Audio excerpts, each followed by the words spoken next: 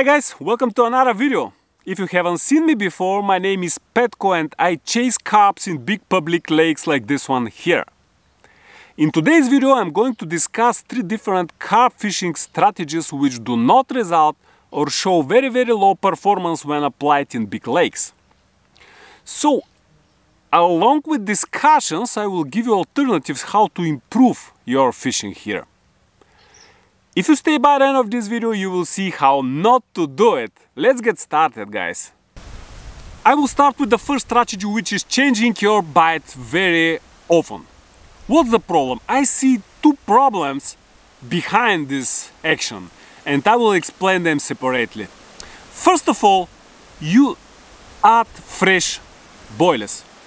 I understand that many anglers overestimate the role of the flavors in the bites. I personally believe that the flavor is more for the fisherman than for the fish. But this is another story. So, I don't believe that the carp will take your bite immediately. If it takes immediately, it's not going to be big, you know what I mean. So, what happens actually? When your bite stays longer enough in the water, the bacteria starts to work inside. And this is what attracts the big fish, but this takes time. For this, you need to keep your bite for 20-25 hours without any movement. Bacteria will start to work and then the carp will take it. And until this happens, you will remove your bite and you will lose everything. So, what you can do in this situation? There are 2 options. The first one is not the best one, but you can try it. For example, you can activate another bite. Just put it in the water. Put it for 3, 4, 5 hours, leave it there, and then set it in your rod and wait again. This could work unless the small fish is not extremely active. If it's very active, your bite will disappear for 2 hours, so this will not be applicable. Then this bite here comes to play.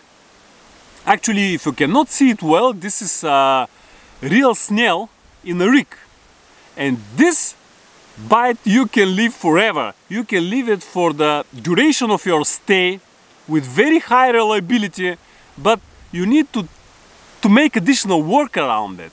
So now I'm not going to spend this time because you may not be interested, and I try to save your time as well.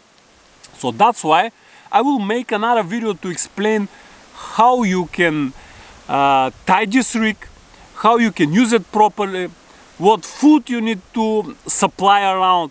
Everything will be discussed in a separate video. So now let's go to the second problem with this strategy. The second weakness of this strategy is that you actually supply additional food. Guys, understand that the big carp, the foxy carp, is not used to find so much food in one place. It used to search for the food. You cannot attract it with a big amount of food supplied every time when you set your rod.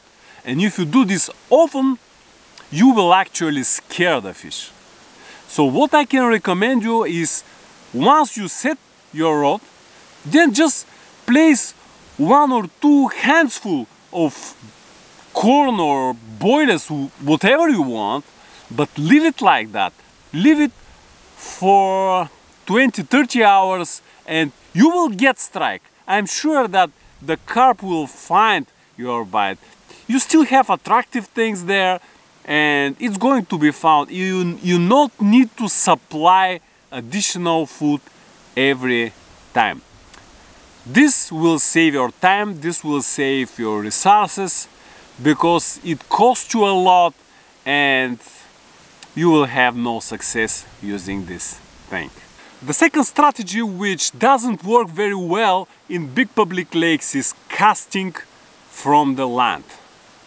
So here I need to make a disclaimer saying that this, what I'm going to say, is not valid for situations where you are very close to the crucial point in the lake where is the home of big carps. In this case, when you can achieve this place by just simple cast, do it as much as you can. It's not a problem. But in general, this strategy does not work. Let me explain. I really understand that the casting is part of the game. This is what we love to do. This is quite natural. If you go to a lake, just cast as much as you can and catch fishes. But guys, realize that in such big place like this lake behind me, actually the carp stays in a distance. And distance could be quite big. It could be 300, 400, 500 meters. And you need to put efforts to find this place. I spent one day doing this. Only this what I do. This is the place where I start to find the most important place to my understanding and to my opinion.